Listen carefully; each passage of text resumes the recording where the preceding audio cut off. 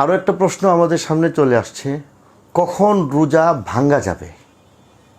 স্বাভাবিকভাবে তো রোজা ভাঙ্গা যাবে না, কিন্তু রোজা কখন ভাঙ্গা যাবে? সুস্থ মানুষের জন্য রোজা ভাঙ্গা বৈধতা আছে কি না, বিধান কি?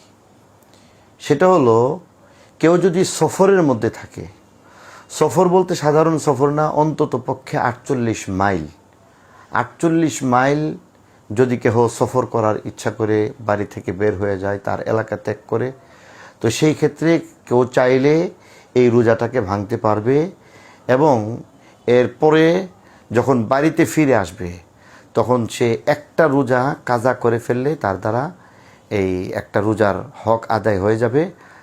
এমন ব্যক্তি একটা রোজার ভেঙেছে, একটা রোজাই কাজা করবে, দুইটা রোজা ভাঙলে দুইটা রোজা কাজা করে ফেলবে।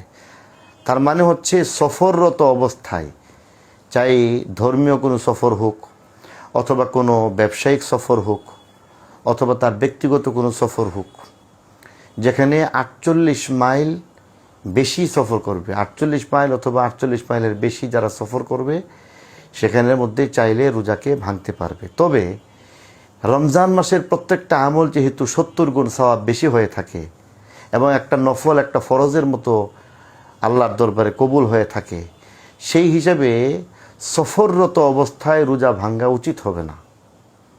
কেননা যদি আমরা এই একটা রোজা ভেঙে ফেলি, ধরুন আজকে 20তম একটা রোজা আমরা রাখতেছি, তো এই 20 তারিখের রোজাটাকে ভাঙলে এটা কাজা করার জন্য শাওয়াল মাসে আমাকে কাজা করতে হবে। তো শাওয়াল মাসে আমি একটা রোজা কাজা করে ফেললে রমজানের যে একটা ফজিলত, সেই ফজিলত আমি তখন পাবো না। সেই কারণে যথাসম্ভব সফররত অবস্থায় রোজা না ভেঙে রেখে ফেলা এটি উচিত হবে।